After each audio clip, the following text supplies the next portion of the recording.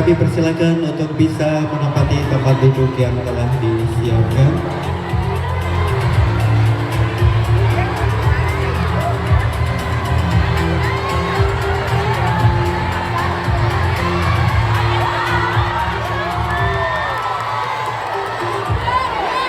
Baik, untuk tetap tenang, kembali duduk.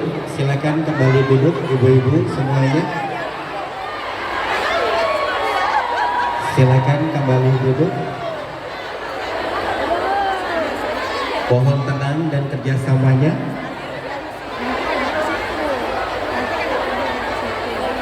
Sekali lagi mohon ketenangan kerjasamanya pada hari ini agar seluruh rangkaian acara tetap tertib sampai acara selesai.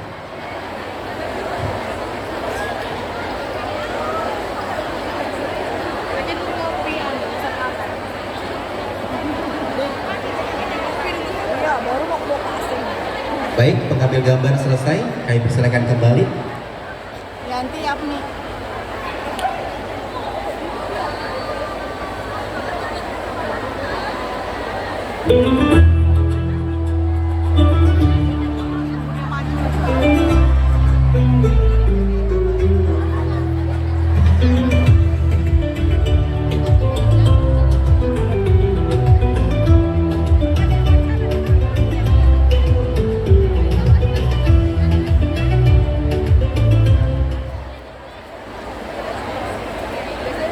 A'udzubillahi minasyaitonirrajim.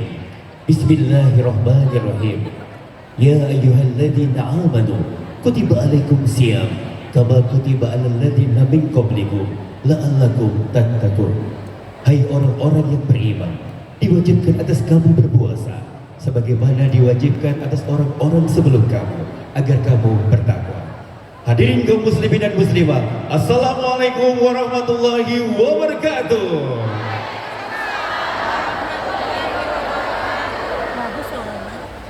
Alhamdulillahirrahmanirrahim. Assalatu wassalamu ala asrafil anbiya wal mursalin Sayyidina Maulana Muhammadin wa ala alihi wa sahbihi wa barik wa sallim asma'in. Inna Allaha wa malaikatahu yusalluna ala nabi ya ayyuhalladzina amanu sallu alaihi wa sallimu taslima. Allahumma salli wa alaihi. Yang terhormat Kepala Perwakilan Bank Indonesia Provinsi Kalimantan Utara Bapak Hasyando Gimani.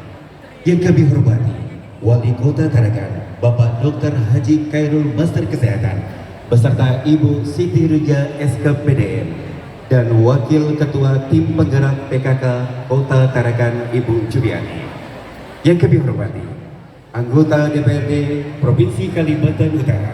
Yang kami hormati Forum Koordinasi Pimpinan di Daerah tingkat Provinsi Kalimantan Utara yang ada di Kota Tarakan dan Forum Koordinasi Pimpinan di Daerah Kota Tarakan. Yang kami hormati Bupati Kalimantan Utara. Dan kembali kami mengucapkan selamat datang di bumi Paguntaka Kota Tarakan kepada Ustadz Hanan Attaqi tentunya. Dan boleh tepuk tangan lebih meriah lagi 4.000 jemaah yang hadir pada malam hari ini di gedung KIACC Kota Tarakan. Alhamdulillahirabbil alamin. Segala puji bagi Allah Subhanahu wa taala karena berkat rahmat, ridho dan kasih sayangnya kita masih diberikan nikmat iman, Islam dan ihsan, nikmat kesehatan, nikmat kesempatan untuk hadir di majelis ilmu di bulan yang penuh berkah, rahmat dan ampunan. Pada acara Ramadan Siap Kris melalui kajian dengan tema Hati Tenang di Zaman yang Bising dan buka puasa bersama dengan Ustadz Hanan Attaqi.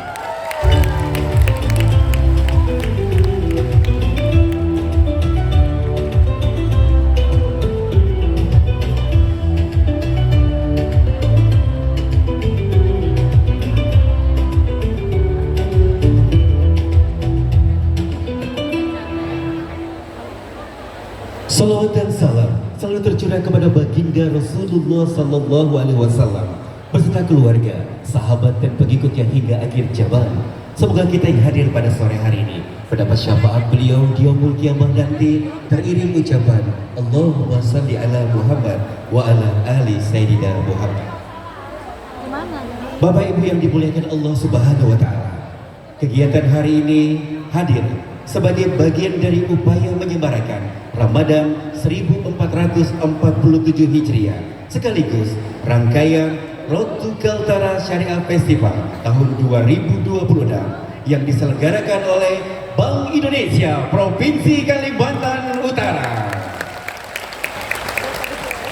Kajian ini diharapkan menjadi pengingat bagi kita semua untuk menata hati dan memperkuat iman sekaligus menjadi bekal kita tidak mudah terpengaruh oleh hiruk pikuk zaman modern ini dan tekanan gaya hidup. Sekali lagi beri tepuk tangan yang meriah atas selenggara acara ini oleh Bank Indonesia Provinsi Kalimantan Utara. Untuk itu kita dengar dan simak bersama sambutan Kepala Perwakilan Bank Indonesia Provinsi Kalimantan Utara kepada Bapak Hasyando G. Mani, dipersilakan.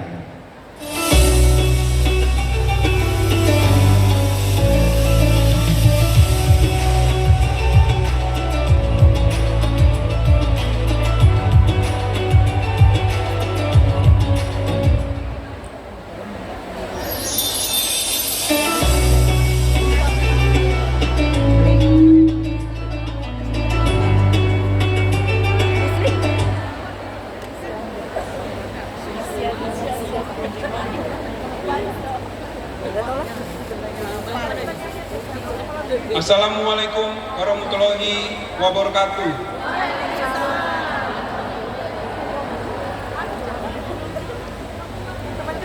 Selamat sore Bapak Ibu semua. Tentu semua yang hadir sini bukan mau mendengarkan saya berpidato. Bapak Ibu semua jemaah yang hadir ingin mendengarkan kajian dari Ustadz yang kita undang pada hari ini. Betul ya? Saya minta waktu sedikit saja, ya, supaya tugas dan peran dari Bank Indonesia bisa tersampaikan kepada Bapak Ibu dan hadirin semuanya. Izinkan saya menyapa yang terhormat Wali Kota Tarakan, Dr. Khairul Emkes beserta istri, yang kami hormati jajaran Forkompimda Provinsi Kalimantan Utara dan juga Forkompimda Kota Tarakan yang tak bisa saya sebutkan satu persatu, Bapak, Ibu.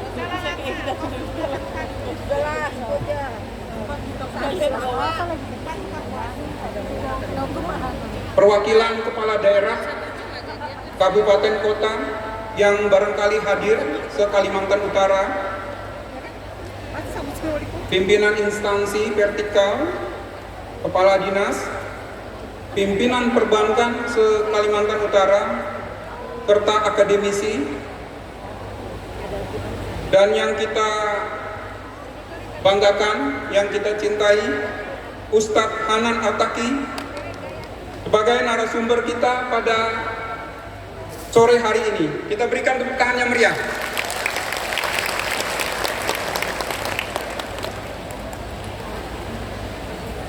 Serta Bapak Ibu jamaah yang hadir pada sore hari ini.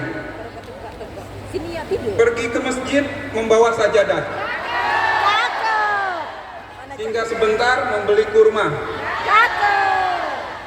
Ramadan datang penuh berkah. Mari isi hati dengan ilmu dan takwa. Pertama-tama, marilah kita panjatkan puji syukur kehadirat Tuhan Yang Maha Kuasa, karena atas berkat, karena atas izinnya kita semua bisa berkumpul bersama di sini dalam kondisi sehat walafiat tanpa kurang apapun, di gedung yang cukup baik dan megah ini. Ya. Beberapa waktu lalu kita pernah mengadakan karya kreatif Benuanta, plafonnya belum rapi. Sekarang sudah rapi. Tadi Pak Wali Kota sampaikan, Pak Ando, ini baru selesai 3 hari lalu. Alhamdulillah kita punya gedung yang bagus seperti ini untuk acara kita di sore hari ini. Kegiatan kajian yang akan dihadiri oleh Bapak Ustadz Hanan Atili.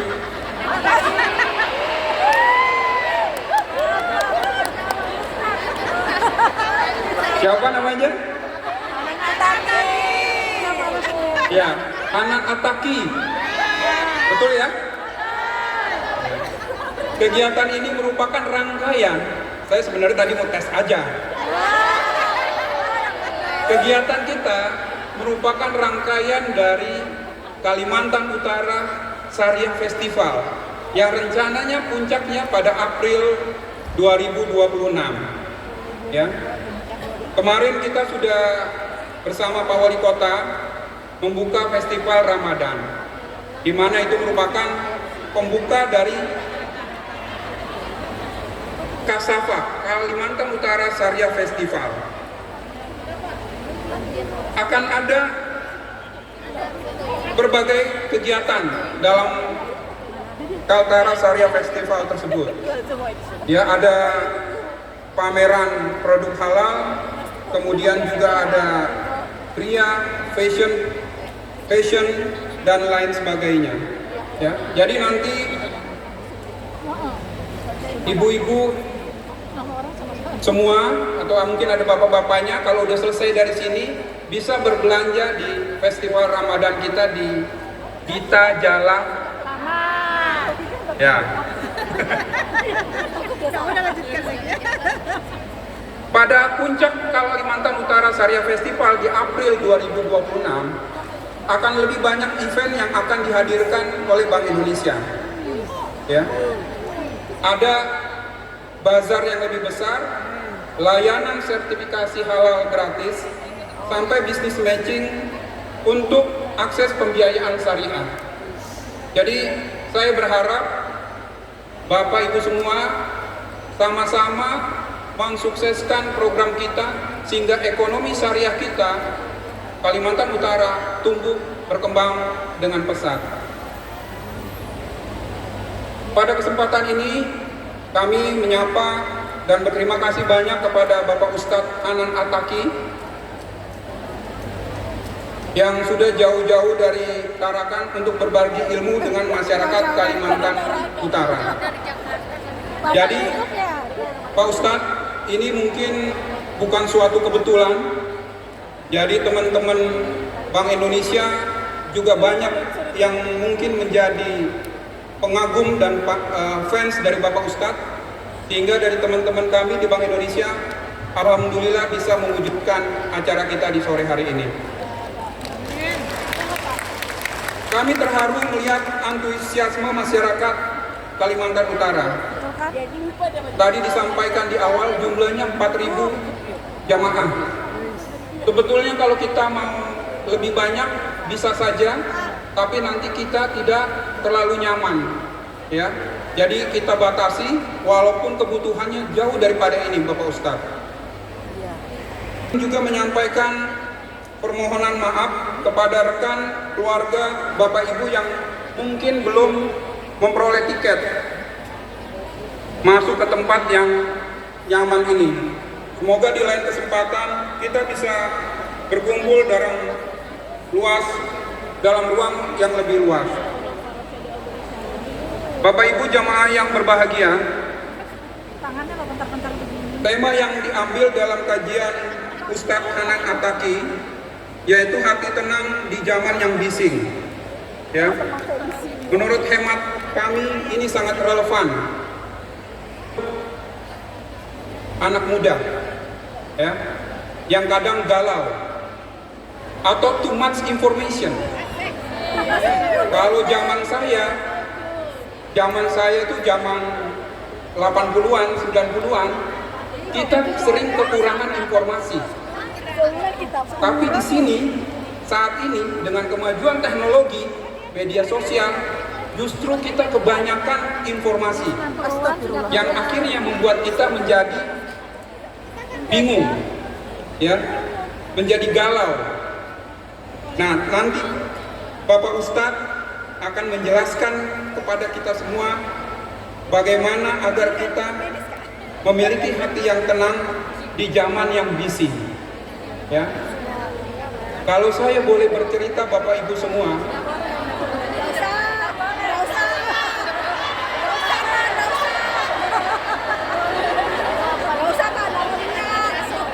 baik, saya lanjutkan.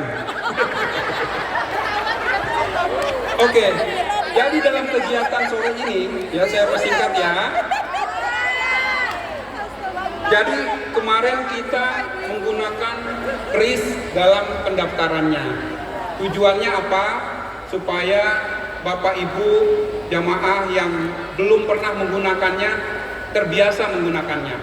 Ya, jadi acara ini kita buat tidak hanya berdiri sendiri, tapi juga ada tugas dan peran dari Bank Indonesia dan perbankan agar digitalisasi itu terwujud di Provinsi Kalimantan Utara. Bapak Ibu dan jemaah juga kita menitipkan satu, ya, kalau selama ini kita memberikan angpau dalam bentuk uang tunai, kita juga punya bisa dengan digital. Beberapa perbankan sudah menerapkan kris transfer. Jadi bisa ditransfer secara digital, tidak hanya menggunakan uang tunai. Mungkin itu yang bisa kita sharing. Kami secara pribadi mengucapkan banyak terima kasih kepada Pak Ustadz, kemudian juga kepada Bapak Wali Kota yang berkenan hadir dan memfasilitasi tempat ini, serta Bapak Ibu semua stakeholder kami Bank Indonesia yang juga hadir di kajian kita sore ini. Pergi ke masjid menjemput pahala. Langkah ringan, hati pun tenang. Semoga pertemuan kita membawa berkah semua. Amin. Sampai jumpa di kesempatan yang akan datang.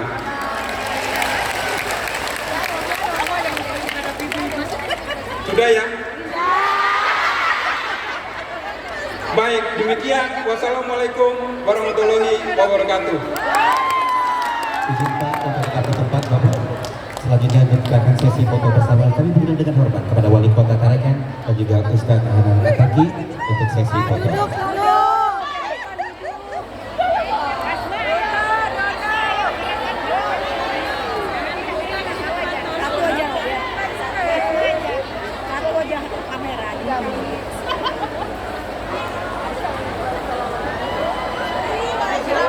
Kita foto dulu Bapak, ya, foto dulu, ya, agak di tengah Pak Ustadz.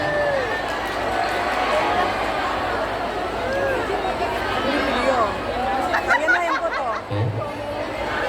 Boleh dibantu, siap? 1, 2, 3.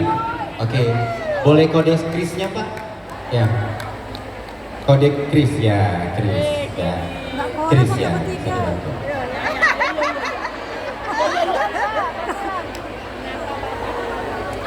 Satu, 2, 3. Oke, terima kasih. Kita foto berbalik Pak dari sini. Kita foto berbalik dari sini, boleh.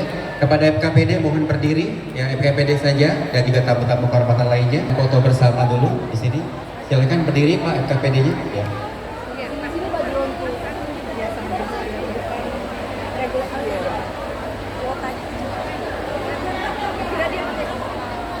Ibu-ibunya yang depan, Bu. Yang depan berdiri Bu, ya, di depan. Ibunya di depan. Kamu disuruh berdiri. Ya. Oh, salah. Ya. Baik, kami bantu hitung. 1, 2, 3. Oke, boleh kode krisnya? Kode krisnya? Ya, kode krisnya Pak. Ya, diajari Pak Wali ya. Iya. Kotak ini kotak. Kode krisnya boleh? Siap? Teman-teman pengambil gambar siap? 1, 2, 3. Oke, terima kasih banyak untuk dan tepuk tangan sekali lagi oleh Bank Indonesia Provinsi Kalimantan Utara.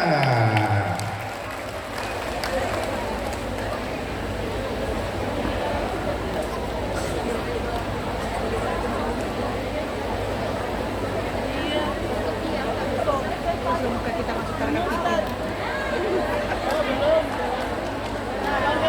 Nah, baru kursinya datang.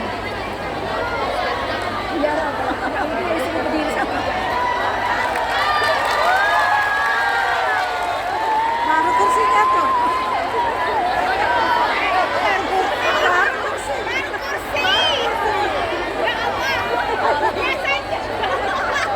Hadirin Bapak Ibu yang kami hormati, di zaman yang serba cepat ini, notifikasi tak pernah berhenti. Informasi datang silih berganti. Suara dunia seakan tak memberi ruang untuk hening. Kita hidup di zaman yang bising. Bukan hanya telinga yang lelah, tetapi hati pun sering sekali terasa gelisah. Namun Allah telah mengingatkan kita dalam Al-Quran, surat Al-A'raf ayat 26. Ingatlah, hanya dengan mengingat Allah, hati menjadi tenang. Maka pada kesempatan yang penuh kebaikan ini, kita akan bersama-sama menenangkan hati, menata ulang niat, dan menguatkan kembali ruhiyah kita melalui kajian bertema Hati yang Tenang di Zaman yang Bising. Telah hadir di tengah-tengah kita seorang dai muda yang dikenal dengan penyampaian yang lembut, dekat dengan generasi muda dan syarat makna. Insya Allah, melalui tausiah beliau, kita akan belajar bagaimana menjaga hati agar tetap hidup, tetap lembut, tetap terhubung dengan Allah Azza wa Jalla meskipun dunia di sekitar kita penuh hiruk pikuk. Mari kita siapkan hati dan pikiran kita. Semoga setiap kata yang disampaikan menjadi cahaya dan penenang bagi jiwa kita. Beri tepuk tangan yang sangat meriah. Kita sambut, inilah kajian Al-Mukarram Ustadz Hanan At-Taqi.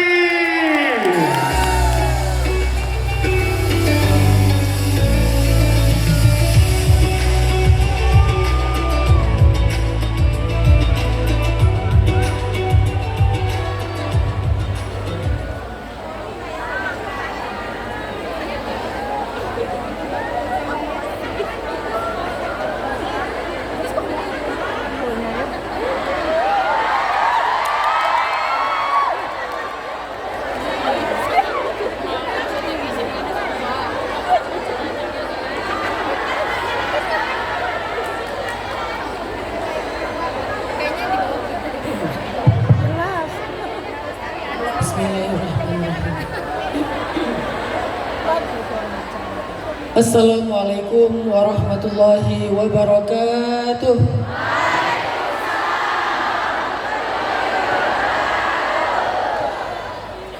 Pertama-tama yang kita hormati dan kita muliakan Kepala Perwakilan Bank Indonesia Provinsi Kalimantan Utara, Bapak Hasyando G. Manik. Mohon maaf Pak, fans saya agak-agak brutal. Emang ibu-ibu ini Masya Allah ya, semangatnya semangat 45 ya Masya Allah. Ini ngelihat dari semangatnya kayaknya pada nggak puasa ya. Kok energik sekali gitu ya. Terima kasih Pak untuk kesempatannya. Kemudian yang kita muliakan dan kita hormati juga Bapak Wali Kota Tarakan, Bapak Dr. Haji Khairul MKes beserta juga Ibu. Kita seragaman ya Pak, pakai hitam-hitam karena nggak janjian.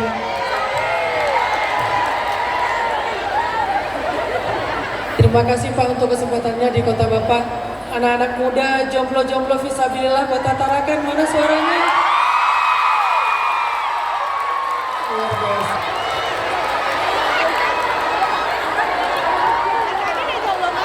Oke, udah ya.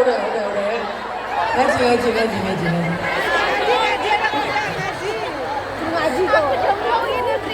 Bapak Ibu, Jomblo ya, para tokoh, jomblo. para ulama, anak-anak muda, teman-teman sekalian, adik-adik Allah Subhanahu wa taala. Alhamdulillahirabbil alamin Alhamdulillahilladzi bini'matihi tatimmus shalihat wa bifadlihi tatanazzalul khairat wal barakat wa bitaufiqihi tatahaqqaqul maqasid wal ghayat. Allahumma salli ala sayyidina Muhammad wa ala alihi wa ashabihi wa man tabi'ahu ila yaumil qiyamah. Rabbi shrah li sadri wa yassir li amri wahlul 'uqdatan min lisani yafqahu qawli, amma ba'd. Judul kita pada sore hari ini adalah menggapai hati yang tenang di zaman yang bising. Seperti kata Bapak, maaf saya lupa, saya contek lagi apa ya? Seperti kata Bapak Hasyando tadi, kita hidup di zaman banjir informasi, banjir berita, banjir konten, banjir komen, banjir persepsi dan perdebatan. Sehingga rasanya untuk bisa tenang itu agak sulit di zaman sekarang. Sampai-sampai banyak dari kita itu terjebak di dalam sebuah perilaku namanya perilaku kompulsif. Kalian tahu perilaku kompulsif itu apa? Perilaku kompulsif itu adalah perilaku di mana kita nggak bisa berhenti mengakses informasi, walaupun kita tahu kita nggak butuh. Kita nggak bisa berhenti ngecek notifikasi, padahal kita nggak nungguin WA siapa-siapa. Jadi dikit-dikit buka, ngecek, oh iya, nggak ada WA masuk. Nganggur dikit, ngecek lagi, nggak ada WA masuk, gitu kan? Itu namanya perilaku kompulsif. Dan itu adalah efek dari bisingnya sosial media yang membuat kita itu terbiasa input, terus-menerus input, sampai kita lupa menganalisa dan mengoutput apa yang sudah kita dapatkan. Nah, kayaknya bulan Ramadan itu adalah momentum yang tepat nih buat belajar gimana caranya kita bisa dapat tenang meskipun kita lagi dalam kondisi zaman sosial media seperti sekarang. Maka pada sore hari ini saya pengen berbagi sama adik-adik semuanya. Gen Z, mana nih yang Gen Z nih? Oke, kayaknya Pak Wali sepertinya Gen Z ya. Gen milenial, mana gen milenial? Kelihatan ya, milenial tuh lebih ekspresif ya. Kalau Gen Z itu lebih kalem ya. Saya pengen berbagi sama kalian life hacks. Ini mohon maaf ya Bapak Ibu kalau bahasa saya agak kurang nyambung mungkin sama generasi-generasi apa ya, anak muda 80-an, 90-an mungkin. Karena bahasa saya itu cocoknya sama milenial sama Gen Z. Saya pengen berbagi sama kalian tentang life hacks atau psychology hacks. Gimana caranya kita tetap merasakan tenang, merasakan nyaman meskipun kita hidup di tengah banjirnya informasi dan juga berita seperti sekarang. Tapi dengan terapi Ramadan, karena konteksnya adalah bulan suci Ramadan. Saya pengen ngajak kalian melakukan 4 hal. Yang pertama, selama bulan suci Ramadan ini, saya pengen ngajak anak-anak muda untuk puasa modus. Puasa apa? Puasa modus. Karena bulan Ramadan itu bukan cuma musim khataman Al-Quran, bukan cuma musim ibadah, tapi juga musim wisata masa lalu berkedok bukber.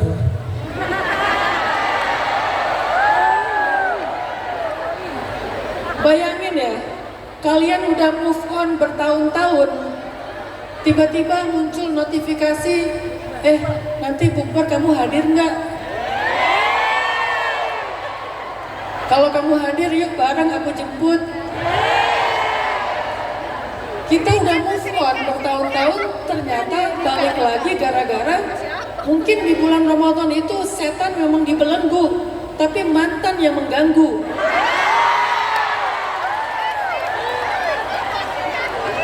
Makanya ujian Ramadan itu bukan setan.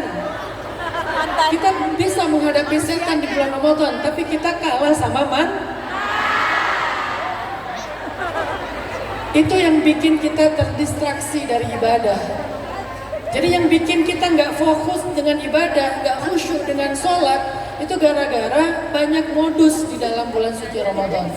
Modus taraweh bareng, modus tausiah atau ngaji bareng, modus bukber yang paling sering, modus bangunin sahur, modus ngirimin takjil, modus ngabuburit, nanti akhirnya modus iktikaf. Tapi iktikafnya bukan di masjid, di pinggir pantai.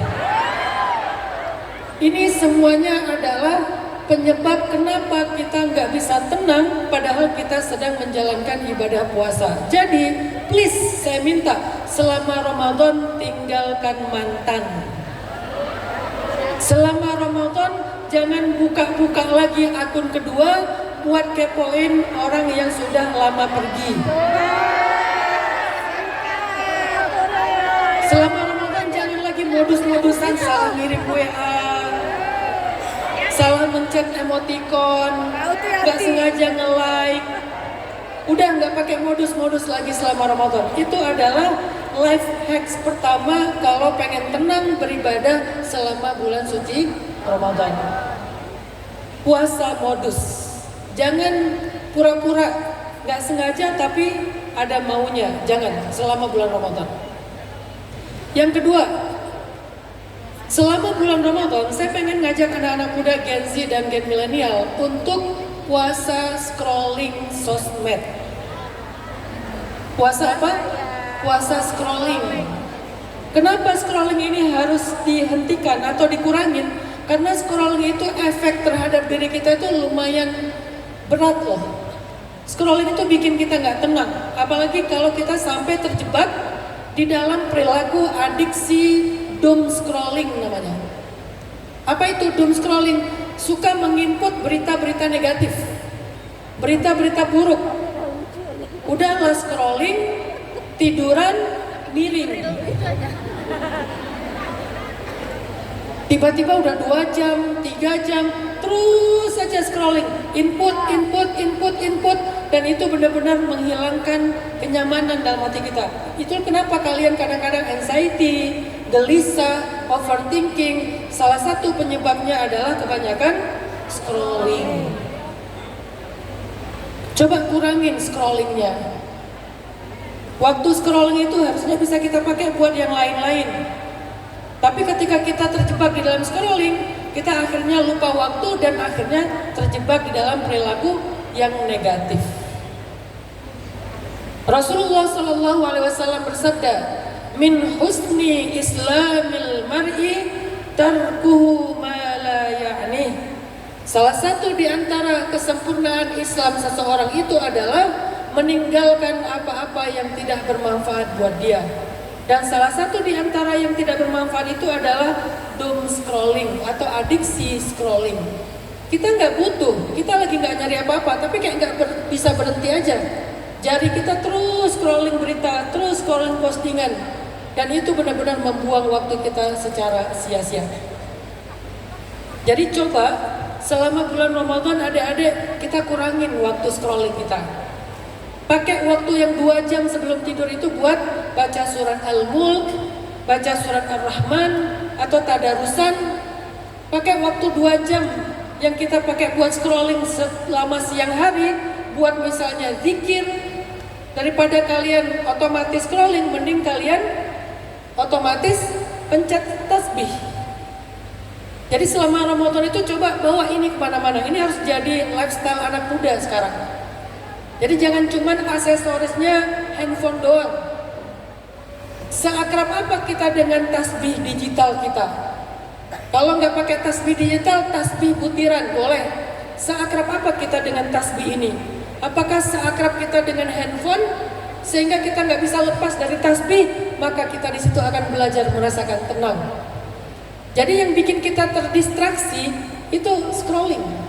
Sedangkan yang bikin kita tenang adalah zikir. Yang tadi disampaikan oleh MC, ala bidzikrillahi tatmainnul qulub.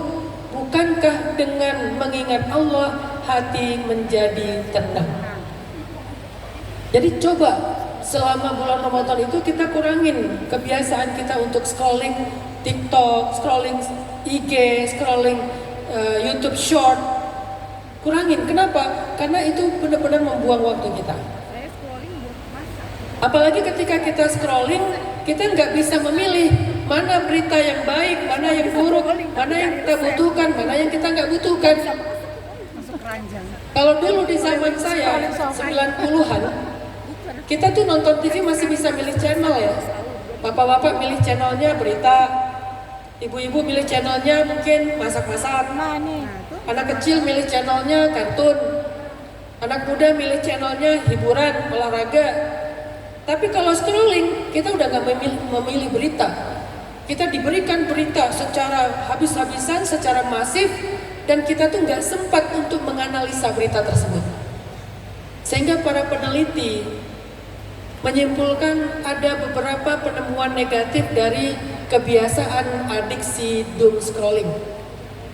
Yang pertama, orang yang kebiasaan scrolling itu terjebak di dalam yang namanya coping mechanism. Kalau pakai bahasa mental health ya, coping mechanism. Apa itu coping mechanism? Terjebak di dalam berita-berita yang penuh dengan keluh kesah. Orang-orang dakwah menyebutnya dengan istilah saqafatul ya'si. Apa itu saqafatul ya'si? Saqafatul ya'si itu artinya wawasan keputusasaan. Jadi hari ini kalian Gen Z kenapa mudah merasa was-was, merasa anxiety, merasa overthinking? Karena kalian diberikan terus, dijejali terus dengan berita-berita yang membuat kita gampang putus asa. Putus asa dengan keluarga, putus asa dengan negara, putus asa dengan dunia, putus asa dengan agama, putus asa kepada Tuhan.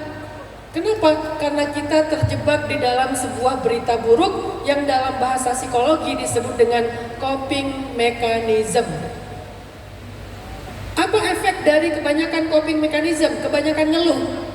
Pertama, orang kalau kebiasaan ngeluh, maka dia akan sering memproduksi hormon kortisol di dalam tubuhnya. Hormon penyakit. Itulah kenapa kalian kalau lebih sering scrolling, itu rasanya tuh capek. Padahal kan scrolling itu duduk doang kan. Tapi kenapa habis scrolling itu capek? Karena ternyata scrolling itu memproduksi kortisol, kata para ahli psikologi. Soalnya scrolling dalam bentuk doom scrolling, itu kita menginput sebanyak mungkin berita-berita buruk atau keluh kesah. Sehingga kita memproduksi kortisol lebih banyak di tubuh kita, yang jadi penyebab hipertensi, darah tinggi, segala macam. Itu efek negatif secara biologis gara-gara coping mechanism. Salah satu penyebab coping mechanism itu adalah adiksi doom scrolling. Ini kajian ilmiahnya. Apalagi efek dari adiksi doom scrolling atau coping mechanism? Yang kedua, efek dari coping mechanism, orang yang kebiasaan mengeluh atau membaca berita-berita keluh kesah akan menurunkan kemampuan kognitif dia. Kemampuan berpikirnya jadi turun. Makanya teman-teman, adik-adik, kalian kalau ngelihat ada teman kalian yang kerjaannya tuh ngeluh aja, pagi ngeluh, siang ngeluh, sore ngeluh, malam ngeluh. Kalau ada orang yang suka ngeluh, biasanya dia nggak pernah ngomongin ide-ide. Orang yang biasa ngeluh nggak pernah ngomongin ide. Karena kemampuan dia untuk creative thinking tuh udah nggak ada. Ketutup sama kebiasaan mengeluh. Hujan ngeluh, panas ngeluh, macet ngeluh, apalagi lapar ngeluh, haus ngeluh. Nanti kebanyakan makanan mukbang ngeluh juga. Sholat taraweh baca Ar-Rahman ngeluh, baca Al-Ikhlas ngeluh. Ngeluh aja kerjanya, sama keluarga ngeluh, sama pasangan ngeluh, sama anak ngeluh. Akhirnya apa yang terjadi? Ketika kalian terbiasa hidup mengeluh, berarti kalian menurunkan kemampuan kognitif. Salah satunya adalah creative thinking. Itu kenapa orang yang suka ngeluh jarang bicara ide. Orang yang banyak bicara ide biasanya nggak banyak mengeluh. Ada keluhannya tapi nggak banyak. Semakin banyak porsi mengeluh, semakin sedikit porsi ngomongin ide. Karena itu sesuatu yang bertolak belakang. Atau kemampuan kognitif yang lain adalah menurunnya kemampuan analytical thinking, critical thinking. Bukan cuma kreatif, tapi juga critical thinkingnya menurun, analytical thinkingnya juga menurun. Apa buktinya? Buktinya orang yang kebiasaan scrolling itu udah nggak bisa lagi menilai mana berita yang valid, mana yang hoax. Mana berita yang punya referensi yang jelas, mana berita yang nggak punya referensi yang jelas. Bahkan kita cenderung berperilaku apa? Asalkan berita itu viral, seolah-olah itu pasti benar. Padahal nggak semua yang viral itu valid. Nggak semua yang viral itu artinya benar. Nggak semua yang viral itu artinya komprehensif. Bisa aja sesuatu yang parsial, tapi tetap viral. Sedangkan sesuatu yang parsial nggak bisa disimpulkan. Tapi kita nggak punya kemampuan mengkritisi, menganalisa, karena kita hanya bisa menerima input. Itu bukti bahwa menurunnya kemampuan kognitif seseorang gara-gara doom scrolling. Padahal dalam Al-Quran, teman-teman, kita tuh diajarin tentang critical thinking dalam menerima berita. Allah berfirman di dalam surat Al-Hujurat misalnya, Ya ayyuhalladzina amanu in ja'akum fasikum binaba'in fatabayyanu. Wahai orang-orang yang beriman, kalau datang kepada kalian sebuah berita yang belum jelas referensinya, belum jelas sumbernya, maka cari tahu dulu kebenarannya. Itu perintah Allah loh, untuk melatih apa? Critical thinking kita. Jangan sampai kita terlalu gampang menerima berita, akhirnya terjebak di dalam hoax. Kalau dalam bahasa Islam, fitnah. Kalau dalam bahasa surat An-Nur, haditsul ifki, berita bohong. Innal ladzina ja'u bil ifki usbatum minkum. Orang yang membawa berita bohong itu adalah golongan kalian sendiri. Siapa golongannya? Kaum muslimin sendiri. Kok bisa kaum muslimin ikut menyebarkan berita bohong, nge-repost berita bohong? Karena mereka tidak lagi kritis terhadap berita yang mereka terima. Makanya Allah mengajarkan mereka di dalam surat An-Nur, jangan gampang menerima sebuah berita lalu disebarkan. Kalau bahasa sosmed, gampang nge-repost, latah, dikit-dikit repost, dikit-dikit kirim link ke grup. Ini ada yang rame nih. Terus di grup karena yang ngirimnya temennya, percaya aja, oh lagi rame itu ya, oh berarti gitu ya, oh jadi dia selingkuh ya, oh jadi cerai ya. Akhirnya kita terjebak di dalam gibah klub. Dengan SOP apa? Semakin pelan suaranya. Ini gara-gara kita nggak mengkritisi berita. Gampang banget nyebarin berita. Akhirnya kita menyebarkan fitnah kepada orang lain.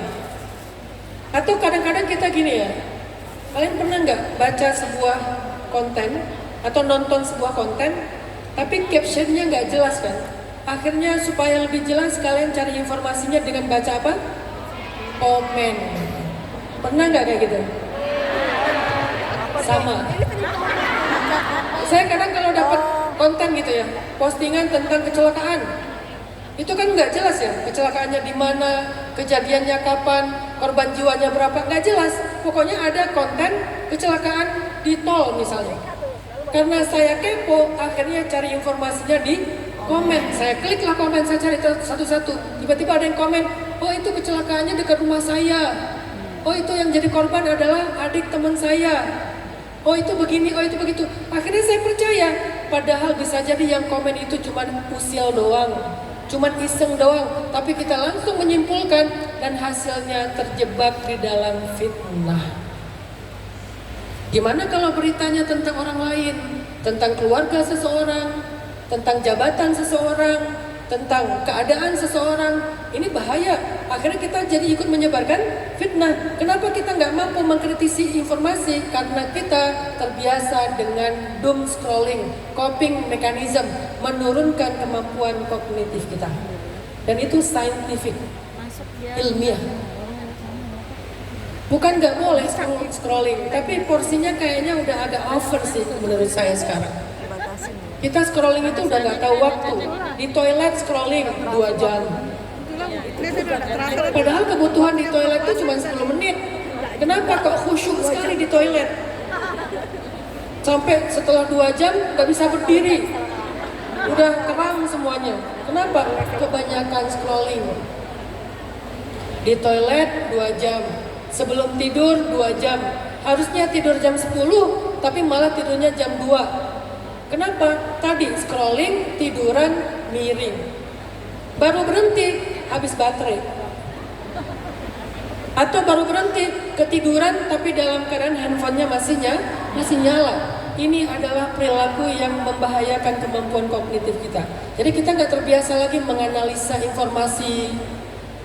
Sehingga ketika kalian nggak mampu lagi mengkritisi, menganalisa, creative thinking dalam belajar pun nanti jadi kayak gitu. Karena terbiasa instan, dapat berita tanpa harus yang repot-repot menganalisa, akhirnya perilaku itu dipakai dalam belajar. Ketika belajar, referensinya ChatGPT. Ya kan? Sekarang referensi kita apa? ChatGPT, Gemini, ya. Dan kita nggak pernah mengkritisi kira-kira si ChatGPT ini jujur atau bohong ya. Saya pernah ngetes ChatGPT. Saya pernah nanya ke dia sebuah pertanyaan tentang akidah. Kebenaran dulu saya masih kuliah di Al-Azhar, jadi adalah sedikit ilmu. Saya tanya sama ChatGPT tentang masalah akidah. Jawabannya fatal, salah. Malah bukan cuma salah, sesat jawabannya. Akhirnya saya marahin. Akhirnya dia minta maaf. ChatGPT minta maaf. Kata dia apa? Oh ternyata kamu ngerti juga ya. Ternyata kamu teliti juga ya. Ya udah mulai sekarang saya akan lebih hati-hati, kata ChatGPT. Bayangin. Ini saya sendiri yang ngetes gitu. Terus pernah juga saya ngetes ChatGPT tentang masalah fikih zakat. Saya tanya sama dia tentang masalah zakat lah. Ada masalah kontemporer zakat, bukan masalah yang biasa, yang kontemporer. Saya tanya sama ChatGPT, jawabannya juga salah. Dia bilang menurut mazhab Syafi'i, Hanafi, Hanabilah, Malikiyah, begini. Ternyata nggak ada satupun dari 4 mazhab itu yang ngomong kayak gitu.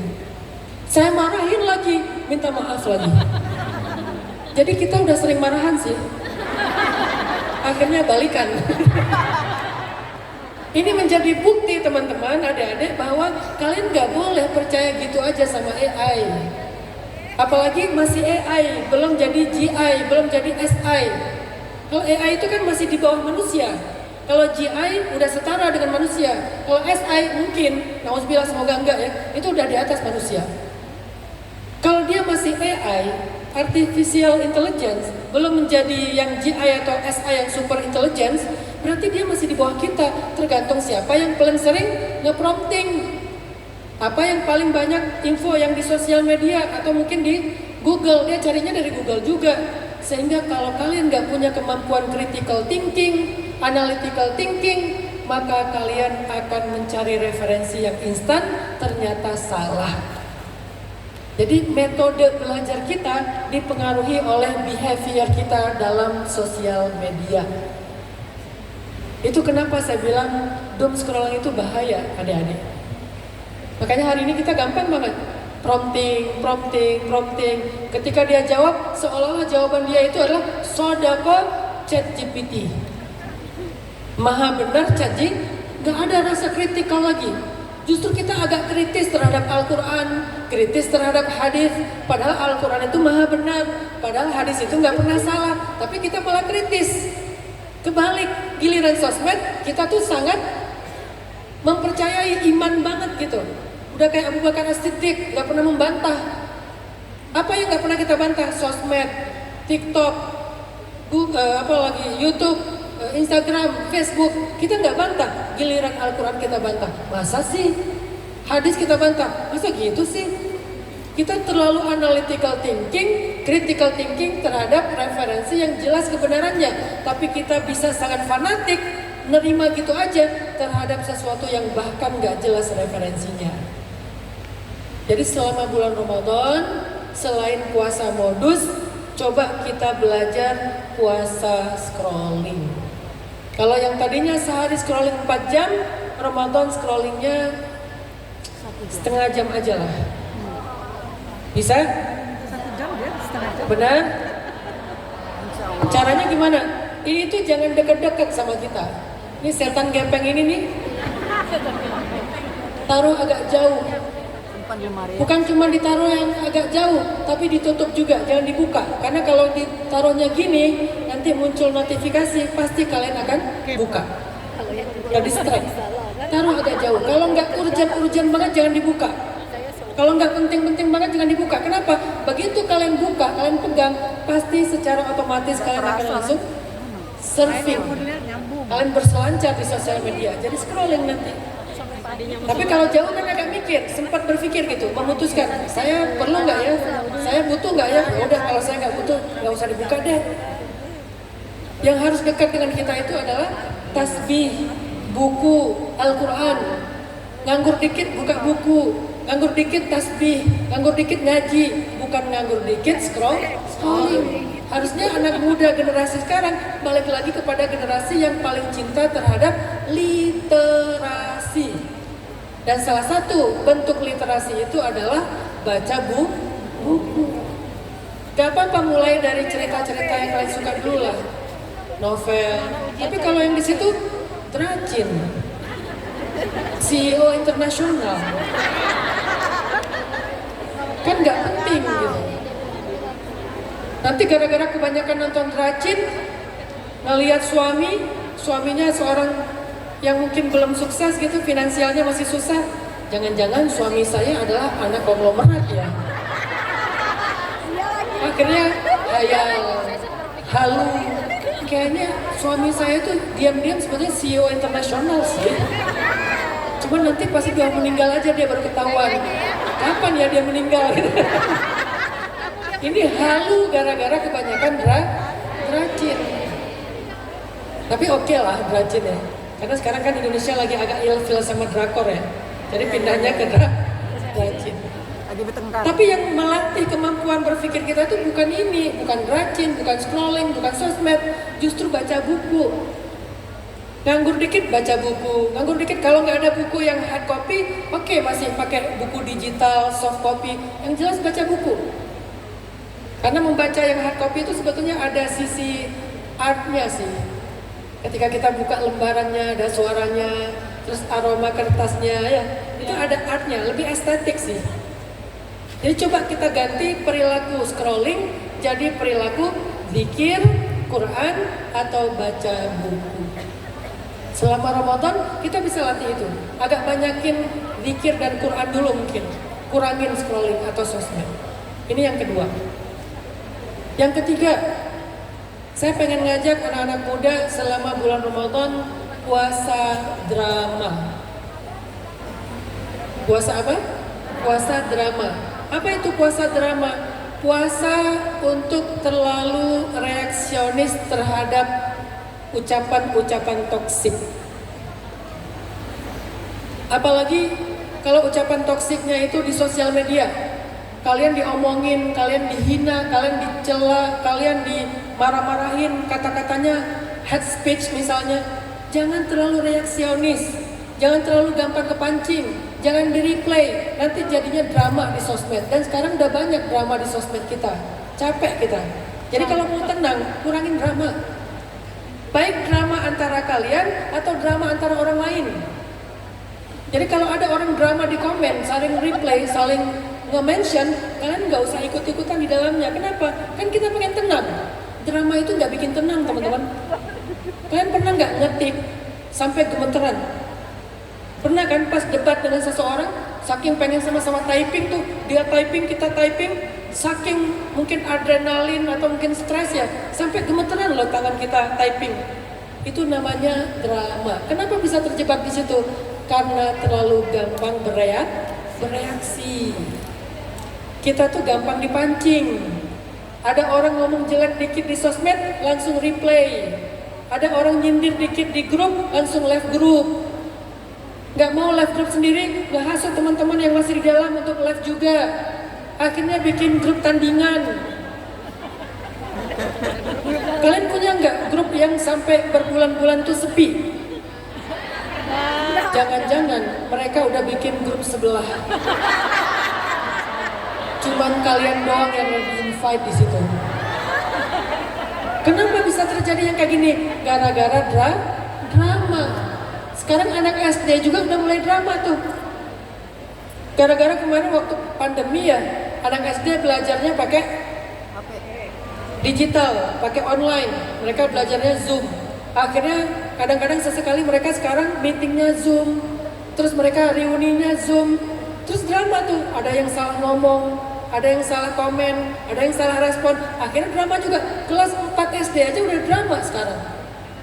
Apalagi SMP, SMA. Apalagi nanti sudah dewasa. Kurangin drama. Kenapa? Drama itu bikin hidup kita nggak tenang, teman-teman. Belajar untuk nggak peduli terhadap perilaku toksik.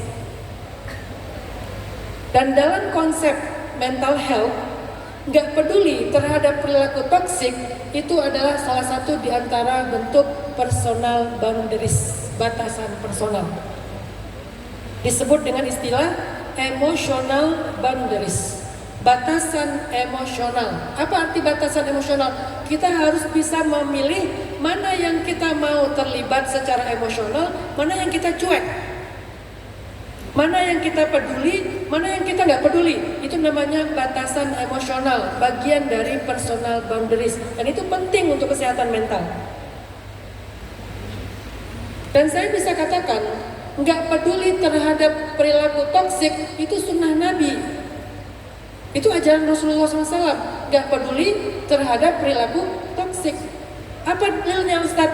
Dalilnya adalah curhat Nabi ketika beliau pulang dari perjalanan Taif. Mungkin kalau kalian yang pernah baca sirah, kalian tahu gimana Nabi dibully di Taif, dilempari batu sampai kening beliau berdarah, dihina, dikejar-kejar seharian pakai golok, sehingga Nabi sembunyi di kandang onta, di kebun korma, ketahuan, lari lagi, sembunyi lagi, ketahuan, lari lagi, udah kayak maling seharian. Padahal beliau manusia yang sangat mulia, tapi beliau diperlakukan begitu hina seharian sama penduduk Taif. Dan beberapa waktu sebelumnya beliau masih sedih karena kehilangan Khadijah dan Abu Thalib. Malamnya setelah selamat dari pengejaran penduduk Taif, Nabi curhat kepada Allah. Apa isi curhatnya? Kata-katanya gini, ini salah satu petikan kata-katanya. Allahumma ilaika ashku dha'fa quwwati wa qillata hawani 'alan nas. Anta rabbul mustad'afin wa anta rabbi. Ila man takiluni? Ila ba'idin yatajahamuni aw ila aduwin malaktahu amri. Illam yakun bika 'alayya ghadabun fala ubali. Apa kata Nabi dalam curhatnya? Ya Allah, kepada Engkaulah aku adukan keadaanku. Betapa hinanya aku diperlakukan manusia hari ini. Betapa buruknya aku diperlakukan manusia hari ini. Mereka menyakiti aku, mereka mengusir aku, mereka melempari aku, mereka menghina aku ya Allah. Tapi apapun itu ya Allah, selama Engkau tidak marah kepadaku, aku tidak peduli. Ternyata gak peduli terhadap toksik itu sunnah. Dan itu cara kita membentengi diri kita agar gak gampang terusik. Itu cara kita menjaga kesehatan mental kita. Kita harus belajar untuk cuek. Kita harus belajar untuk gak peduli. Kalau itu toxic, I don't care. La ubali, aku gak peduli. Dan kalian kalau mau main sosial media harus mampu memiliki kemampuan tidak peduli terhadap perilaku toksik. Kalau kalian main sosial media tapi kalian responsif, kalian reaksionis, kalian akan capek sendiri. Itulah kenapa akhirnya kita mengalami mental problem, depresi, stres, anxiety, panic attack, overthinking, overworried. Nanti ujung-ujungnya malah bipolar atau lebih parah lagi nanti skizo. Gara-gara apa? Gara-gara secara emosional itu kita sering diobok-obok sama perilaku-perilaku toksik. Perilaku toksik itu dalam bahasa Islam disebut dengan perilaku jahiliyah. Sehingga kita harus belajar cuek, gak peduli. Yang pertama belajar cuek, jangan semuanya direspon. Kalian pernah viral gak di sosmed? Kalau saya lumayan sering sih. 6 bulan sekali viral, kadang difitnah ini, kadang difitnah itu. Kalian pernah ngelihat saya debat gak di sosmed? Gak pernah saya debat di sosmed. Kenapa? Saya gak mau mengeluarkan energi saya untuk perilaku dan ucapan-ucapan yang abusif, yang toksik. Kalau ini tentang fitnah, paling saya klarifikasi. Kalau ini tentang hukum, ya udah tempuh aja jalur hukum. Tapi kalau ini adalah hanya perilaku untuk menghina, mencela, merendahkan, manas-manasin, saya nggak akan terpancing. Kenapa? Saya akan katakan, la ubali. Selama saya nggak salah, selama Allah nggak marah sama saya, selama saya nggak melanggar hukum, terserah kalian mau ngomong apa, saya tidak peduli. Itu personal boundaries namanya. Itu yang bikin kita bertahan di sosmed. Kalau enggak kita udah kapan-kapan kalah. Selama kita nggak melanggar syariat, selama kita nggak melanggar hukum, maka apapun penilaian manusia, katakan saja la ubali, aku tidak peduli.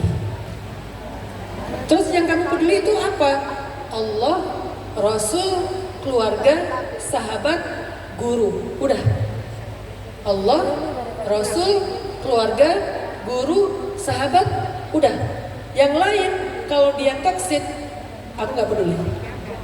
Aku cuma peduli sama orang susah, sama orang yang membutuhkan, sama anak yatim, korban bencana, korban perang.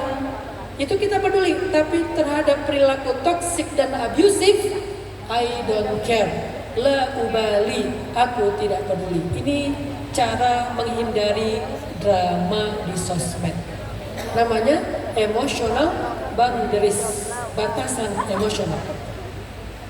Cara yang kedua, biar nggak terjebak di dalam drama sosmed, apa? Belajar untuk lebih hayyin. Belajar sifat hayyin. Apa itu sifat hayyin? Hayyin itu kata para ulama artinya tenang, gak mudah dipancing. Jadi orang kita tuh jangan gampang kepancing. Orang ngata-ngatain kita segala macam, jangan kepancing. Kenapa?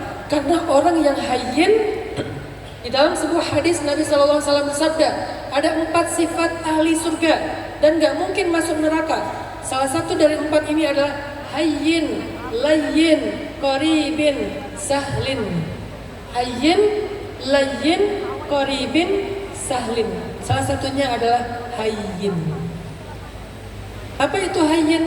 Tenang, gak gampang kepancing. Sehingga kalau kita bisa bertahan ketika kita lagi diomongin orang, lagi dinilai orang, apalagi manusia itu suka menilai, manusia itu suka komen, dan kita gak bisa mengontrol komen orang. Jangankan di sosmed, dalam kehidupan real juga banyak komen-komen negatif kan? Belum nikah dikomenin, kenapa kok belum nikah, gak takut jadi perawan tua? Sudah perawat tua. Nanti udah nikah ditanya lagi, udah ngisi belum? Itu tetangga udah punya anak 3. Nanti begitu udah punya anak dikomen lagi, kok anak kamu gak mirip sama kamu? Itulah manusia teman-teman. Kalian gak bisa ngontrol komen orang lain, penilaian orang lain, persepsi orang lain. Kalian hanya bisa mengontrol sikap kalian. Mau merespon atau mau biarin aja? Kalau kita biarin aja, Allah yang akan bela kita. Apa dalilnya? Firman Allah di dalam surat Al-Muzammil ayat 10 dan 11. Kata Allah, wahjurhum hajran jamila. Tinggalkan mereka baik-baik, wadarni wal mukadzibin. Biar aku yang ngadapin mereka. Jadi kalau kalian lagi dibully, kalau kalian lagi diomongin orang, terus kalian diam, kalian gak merespon mereka, itu artinya kalian mengundang Allah untuk merespon mereka. Biar Allah yang ngadapin mereka.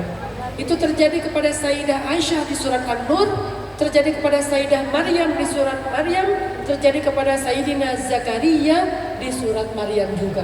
Mereka semuanya diam. Ketika Sayyidina Zakaria diomongin orang-orang Bani Israel, Sayyidina Zakaria tiba-tiba nggak bisa ngomong 3 hari. Kenapa Zakaria nggak bisa ngomong 3 hari? Karena kalau beliau ngomong rame, sehingga Allah jadikan Zakaria nggak bisa ngomong 3 hari. Dan dalam penelitian ilmiah, saya baru baca kemarin, ternyata diam 2 jam secara introvert itu sehat untuk mental kita. Dan itu penemuan ilmiah. Diam 2 jam, diam aja, nggak usah ngapa-ngapain, 2 jam saja minimal. Secara introvert itu sangat baik untuk kesehatan mental. Berarti diam 3 hari, diamnya Zakaria, diam 1 hari, diamnya Maryam, diam 10 hari, diamnya Sayyidah Aisyah adalah diam ketenangan. Karena mereka tidak mau merespon orang-orang toksik di sekitarnya. Kan Sayyidah Aisyah difitnah. Fitnahnya apa? Keji banget lagi fitnahnya. Selingkuh sama sahabat Nabi. Maryam difitnah apa? Berzina, punya anak kok nggak punya suami. Zakaria difitnah apa? Difitnah dukun, kok punya anak padahal istrinya sudah mandul. Gimana cara 3 orang ini menghadapi fitnah dan bulian? 3-tiganya dengan cara yang sama, diam. Zakaria diam 3 hari, Maryam diam 1 hari, Sayyidah Aisyah diam 10 hari. Apa hasilnya? Tenang mereka. Mereka cuma ngomong hasbunallah wa ni'mal wakil. Cukup bagi kami Allah sebagai pembela. Udah selesai. Ini namanya belajar sifat hayyin. Tenang, jangan direspon, diam aja. Nanti biar Allah yang bela kalian. Kalau kalian harus klarifikasi, cukup sekali aja. Udah gitu diam lagi aja. Kalau kalian nggak tahan dengan komennya, tutup aja komennya. Yang penting jangan direspon. Itu cara ada di dalam Al-Quran, bukan ngada-ngada. Itu ada dalam Al-Quran. Surat Maryam ada, surat Ali Imran ada, surat An-Nur ada, surat Al-Furqan ada. Wa ibadur rahman, kata Allah di surat Al-Furqan ayat 63. Wa ibadur rahmanil ladzina yamshuna 'alal ardi hauna wa idza khatabahumul jahiluna qalu salama. Siapa hamba yang paling disayang sama Allah? Mereka adalah orang yang haunan, yang tenang. Kalau orang-orang jahilun, orang-orang toksik membicarakan mereka qalu salaman, mereka menghindar. Salaman itu artinya pamit, menghindar, nggak mau diladenin, nggak di replay, nggak didebat. Itulah perilaku ahli surga, teman-teman. Jadi ada 2 cara menghindari drama sosmed. Pertama apa? Belajar la ubali, kata Rasulullah, aku tidak peduli. Dan secara mental health itu masuk dalam personal boundaries, emotional boundaries. Yang kedua, caranya apa? Belajar tenang, tidak merespon, dan diam aja. Karena diam secara ilmiah itu sangat sehat buat mental seseorang. Justru berisik, justru berdebat itu nggak sehat buat mental kita. Kurangin debat, kurangin drama, apalagi dalam rumah kita, dengan orang tua, dengan pasangan. Jangan sampai kita terjebak di dalam drama. Itu yang kedua. Yang ketiga, gimana biar gak drama? Belajar untuk tidak biasakan playing victim. Puasa drama, tips yang ketiga caranya adalah jangan playing victim. Terutama kepada orang tua. Jangan baper kalau dinasehatin orang tua. Masa gara-gara dinasehatin dikit langsung update status broken home? Masa cuma disuruh ke warung, Kak tolong beliin sirup ke warung, langsung update status, kayaknya aku di rumah ini bukan anak kandung deh. Itu namanya playing victim. Cuma dinasehatin udah broken home. Cuma disuruh keluar dari kamar aja ngerasa bukan anak kandung. Dinasehatin suami, langsung playing victim. Kayaknya aku gak pernah benar dari mata kamu. Dinasehatin istri, playing victim juga laki-lakinya. Kayaknya kamu gak pernah bisa menghargai aku ya sebagai pemimpin keluarga gitu ya. Selalu menjadi korban. Orang yang biasa playing victim, dia akan selalu merasa dunia ini tidak adil. Padahal bisa jadi dunia itu baik-baik aja, kita aja yang sering ngerasa sebagai korban. Korban manusia, korban takdir, korban Tuhan. Sehingga nanya sama Allah, ya Allah, apa maumu? Engkau tidak adil, engkau tidak mendengar doa saya. Ya Allah, why always me? Kenapa terus saya playing victim di hadapan Allah? Tantrum sama Allah. Sama Allah aja kan tantrum. Jadi kalau kalian dinasehatin, jangan ngerasa lagi dimarahin, karena itu playing victim. Kalau dinasehatin, jangan ngerasa lagi disalah-salahin, itu playing victim. Kalau dinasehatin, jangan ngerasa lagi dipojokin, itu playing victim. Terus gimana dong caranya? Pakai hadis Nabi. Apa kata Nabi? POV tentang nasihat. Ini kita luruskan POV kita tentang nasihat, atau persepsi kita tentang nasihat. Apa kata Nabi tentang nasihat? Nasihat itu adalah harta yang hilang dari seorang mukmin. Kata Nabi, nasihat yang baik seperti harta yang hilang dari seorang mukmin. Maksudnya apa, Ustaz? Kalian pernah kehilangan barang nggak? Pernah dong. Pernah ketinggalan dompet nggak? Mungkin sebagian pernah. Pernah ketinggalan handphone nggak di satu tempat? Mungkin pernah gitu kan? Terus tiba-tiba dompet kalian yang hilang tadi atau handphone kalian yang ketinggalan tadi ditemuin orang, terus dianterin ke rumah kalian, dibalikin. Kira-kira ketika kalian dapat handphone kalian lagi atau dompet kalian, seperti apa reaksi kalian? Senang, berterima kasih. Duh, makasih ya mas, makasih ya teh, makasih ya mbak gitu. Oh, saya kira ini udah hilang aja, tadi saya udah stres banget.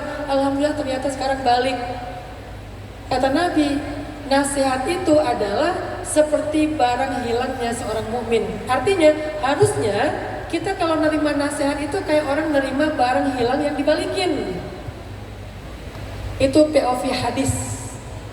Sehingga mulai sekarang kalau dinasihatin orang tua, coba kalian lihat dari POV orang tua aku balikin handphone aku yang ketinggalan di warung. Kalau dinasihatin pasangan, istri atau suami, coba pakai POV istri aku ngembaliin kartu aku yang tadinya ketinggalan di toilet umum misalnya. Suami aku ngembaliin skincare aku yang tadinya ketinggalan di toko, udah bayar tapi belum dibawa gitu. Artinya kita merasa bersyukur, bahagia karena barang berharga kita dikembalikan. Itulah POV menerima nasihat. Ustadz, tapi nasihatnya gak enak didengar. Pahamilah, orang tua kita tuh gak semuanya psikolog. Kalian jangan berharap orang tua itu kayak psikolog yang ngerti cara nasihatin yang baik, yang bisa memilih kata-kata yang tepat. Orang tua kita bukan psikolog, orang tua kita bukan ustadz. Jadi maklumilah kalau dia tidak bisa memilih kata-kata yang tepat. Tapi pahamilah bahwa itu adalah bentuk cinta dan peduli dia sama kalian. Nasihat itu karena dia peduli, karena dia pengen melindungi kalian. Jadi jangan playing victim. Ini tip atau puasa ketiga. Puasa yang pertama apa tadi? Puasa modus.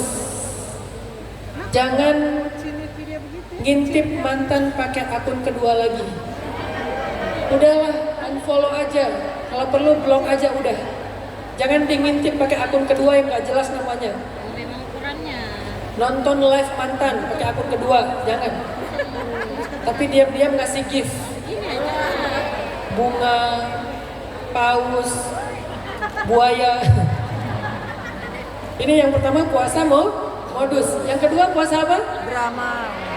Puasa scrolling. Kenapa? Karena scrolling ini, terutama doom scrolling, itu membuat kita terjebak di dalam keluh kesah atau coping mechanism. Dan coping mechanism ini bahaya. Pertama, bisa memproduksi lebih banyak kortisol. Kedua, bisa menurunkan kemampuan kognitif. Sehingga kita nggak terbiasa lagi kritis, analitis, dan juga kreatif dalam berpikir. Kita terbiasa instan. Akhirnya dalam belajar pun kita pakai cara yang sama, instan. Kurangin scrolling. Yang ketiga, puasa drama. Gimana cara puasa drama? 3. 1. Belajar nggak peduli, I don't care. Kenapa? Karena nggak peduli itu adalah pagar emosional kita, batasan emosional kita. Sosial, personal boundaries atau emotional boundaries. I don't care, la ubali. Yang kedua, gimana cara biar nggak drama? Belajar tenang, diam. Jangan di-replay, jangan dibalas, diam aja. Ikutilah 3 orang mulia yang pernah berhasil gara-gara terapi diamnya. Ustadz, kalau gitu jadi silent treatment. Kalau ke orang toksik nggak apa-apa silent treatment. Yang nggak boleh silent treatment itu kepada keluarga, kepada sahabat yang mereka nggak toksik. Silent selama yang dibutuhkan, mungkin sehari, mungkin 3 hari, mungkin 10 hari, seperti Aisyah, Maryam, dan Nabi Zakaria. Yang ketiga, gimana cara menghindari drama? Jangan playing victim, jangan selalu ngerasa jadi korban. Orang yang terbiasa playing victim selalu merasa dunia ini tidak adil. Orang tua gak adil, guru gak adil, atasan gak adil, masyarakat gak adil, teman gak adil. Kenapa semua kok gak adil? Karena dia terbiasa pakai frame playing victim. Dan itu capek hidup sebagai playing victim itu capek. Ini 3 yang pertama. Yang keempat, yang terakhir, gimana cara tenang dengan terapi Ramadan? Belajar puasa validasi manusia. Puasa validasi manusia. Apa itu validasi? Pengen dimengerti, pengen diakuin, pengen di-mention, pengen di-tag, pengen apa lagi? Dihargain. Kurangin validasi, jangan cari instan dopamin. Apa itu instan dopamin? Like, comment, views. Selama ini kan kita caper sama manusia kan, untuk dapat validasi kan. Saking capernya kita sering posting, kita ngonten, kita posting. Bahkan belum makan aja nih, ntar lagi mau buka puasa nih ya. Udah ada makanan, nggak makan dulu, ngapain? Konten dulu. Udah post di foto, ngedit, sambil makan sambil ngedit. Yang lebih bahaya lagi, mau doa aja, pasang kamera dulu. Pakai tripod, pakai apa, pasang kamera, baru doa. Pas mau doa lihat dulu, udah pas belum nih? Oke. Nangis-nangis, ya Allah. Udah selesai doa, dicek, ternyata lupa mencet. Kenapa doa harus diposting, makan harus diposting, ngaji harus diposting? Alhamdulillah hari ini udah 1 juz. Tahajud harus diposting. Alhamdulillah baru selesai witir menjelang sahur. Kenapa semua harus diposting? Termasuk zikir. Nih cewek-cewek yang pakai tasbih digital nih, yang warnanya bling-bling, pink, gold. Begitu udah 10.000, pengen semua orang tahu, sambil benerin jilbab, sambil nunjukin 10.000. Kenapa sih? Kenapa? Karena kita butuh validasi. Rasanya kalau kita udah zikir 10.000, orang nggak tahu itu nggak sah. Biar keren.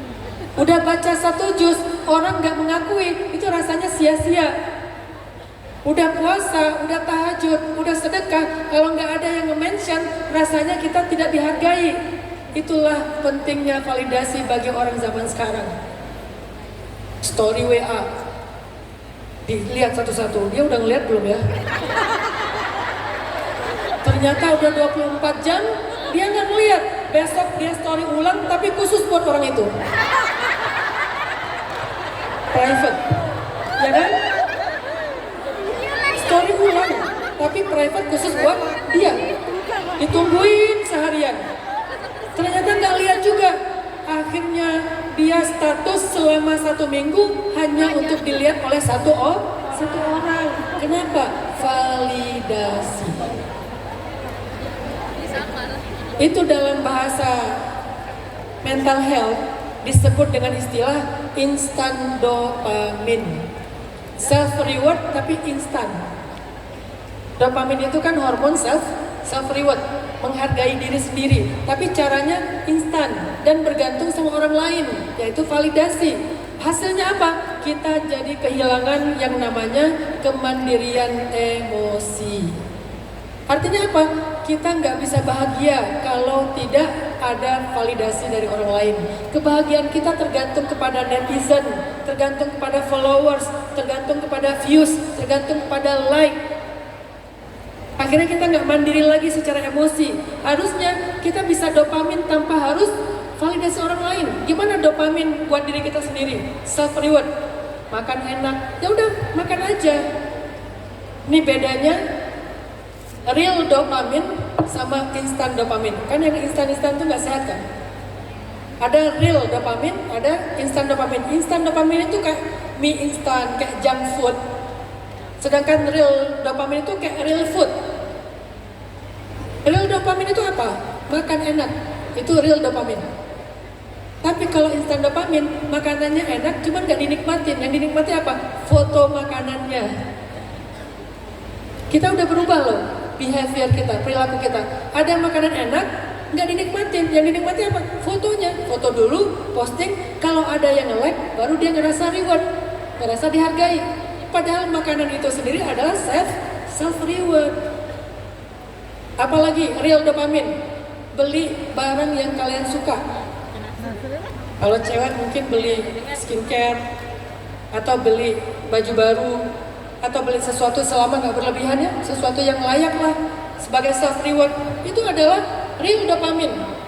Kadang-kadang kita udah dikasih hadiah ulang tahun yang kita suka banget, tapi kita nggak menikmati itu. Apa yang kita nikmati? Buka kado harus di live, buka kado harus di record. Udah kayak buka paket dari COD aja. Buka kado itu direkam. Buka kado.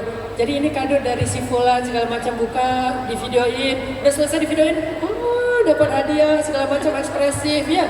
Udah gitu posting. Yang dinikmati yang mana? Bukan kadonya, tapi postingan buka kadonya. Itu namanya instan dopamin. Bahaya. Sehingga apapun yang kita dapat, kita nggak enjoy lagi, kita nggak bersyukur lagi, kita nggak grateful lagi. Allah kasih kita nikmat dunia, Allah kasih kita nikmat hidup, nggak kita nikmatin lagi karena kenikmatan kita bergantung kepada like, views, dan juga komen di sosial media. Itu namanya instan dopamin. Makanan nggak dinikmatin, yang dinikmatin postingan makanan. Kado nggak dinikmatin, yang dinikmatin postingan buka kado. Sehingga sekarang di bulan Ramadan coba kita belajar puasa validasi. Katakan aja gini, kalau ada orang yang kamu udah berjuang tapi nggak diakui, bilang aja nggak apa-apa. Hasbi Allah, cukup Allah aja yang mengakui. Kalau kalian udah berkorban tapi nggak nggak dihargain, bilang nggak apa-apa. Allah yang menghargai, cukup Allah yang menghargai. Kalau kalian udah berbuat baik, nggak ada yang tahu, bilang aja nggak apa-apa, nggak ada yang tahu, cukup Allah yang maha tahu. Jadi pindahkan dari validasi manusia menjadi validasi Allah, dan itu disebut dengan ikhlas. Ikhlas itu adalah kemampuan untuk tidak lagi mencari validasi manusia, karena dia udah mandiri secara emosional. Validasi dia hanya dari yang maha tahu, maha melihat, maha menilai, dan maha menghargai. Asy-syakur, al-alim, al-khabir, al-basir. Jadi validasi dia dari Allah, bukan dari manusia. Suami capek berjuang kerja siang malam, kalau ternyata di rumah dia nggak dikasih makanan yang layak oleh istrinya, udah kasih nafkah besar, tapi makanannya cuma telur dadar. Aku tuh udah ngasih belanja bulanan tuh lumayan loh, 50 juta sebulan. Masa sarapannya telur dadar, udah gitu nggak ada garam, nggak ada cabai. Akhirnya merasa kurang dihargai. Bilang aja, kalau istri belum bisa menghargai aku, gak apa-apa, cukup Allah yang maha menghargai. Itu namanya sudah mandiri secara emosi. Kalau sabar itu. Karena kalau suami masih bergantung kebahagiaannya sama istri, itu rumah tangga tuh rentan sekali. Salah ngomong dikit rame. Istri mungkin lagi capek, dianggap ngambek, padahal lagi capek. Istri mungkin moodnya lagi swing gara-gara lagi datang bulan, dianggap istrinya udah nggak sayang lagi. Telat balas WA dikit, kayaknya dia udah nggak sayang deh sama aku. Online tapi nggak ngebaca WA kita, kayaknya dia selingkuh deh. Muncul suuzon, overthinking, overworried, anxiety. Gara-gara apa? Gara-gara kita terlalu mencari validasi dari manusia. Istri juga gitu, kalian karena udah berjuang, ngurus anak, ngurus rumah, berkorban. Apa pengorbanan istri? Harusnya kalian punya karir yang cemerlang. Tapi sejak menikah, kalian ngalah. Kalian di rumah aja, nggak melanjutkan karir kalian supaya suami nyaman. Ternyata suami merasa superior. Ini rumah kan aku yang beli. Kalau nggak ada aku, kita gimana? Dia lupa dulu istri punya pilihan untuk meneruskan karir atau jadi ibu rumah tangga. Tapi dia ngalah jadi ibu rumah tangga aja. Akhirnya ngerasa nelangsa. Padahal aku tuh karir aku cemerlang loh. Tapi karena aku menghargai suami, aku nggak kerja. Tapi aku diginiin, aku disakitin, aku ditinggalin. Kalau kayak gitu gimana Bu? Katakan aja, kalau suami nggak bisa menghargai aku, nggak apa-apa, cukup Allah yang maha menghargai. Terlalu sabar. Apa hubungannya dengan Ramadan? Allah Subhanahu wa taala berfirman dalam sebuah hadis qudsi tentang Ramadan. Kata Allah, "Kullu amali ibni Adam lahu illa siyam fa innahu li wa ana ajzi bih." Semua amal anak Adam itu untuk dirinya sendiri, kecuali puasa untuk aku, dan aku yang akan membalasnya. Maksudnya apa? Kata para ulama, puasa itu adalah ibadah yang melatih keikhlasan. Karena nggak ada yang tahu kita puasa atau enggak. Kalau sholat, orang tahu. Kalau sedekah, kelihatan. Kalau ngaji, kedengaran. Tapi kalau puasa, nggak ada yang tahu. Diam-diam minum air keran sambil wudhu, nggak ada yang tahu. Diam-diam masuk ke warung yang ada terpalnya, kelihatan kakinya di bawah, nggak ada yang tahu. Jadi puasa itu benar-benar tidak caper sama manusia. Puasa itu adalah ibadah yang melatih kita buat caper hanya kepada Allah. Validasi hanya kepada Allah. Mudah-mudahan 4 life hacks ini bisa melatih ketenangan kita di bulan Ramadan.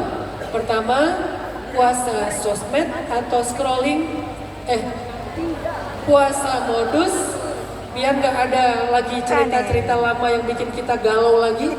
Yang kedua, puasa scrolling atau sosmed biar kita nggak terjebak di dalam coping mechanism atau keluh kesah.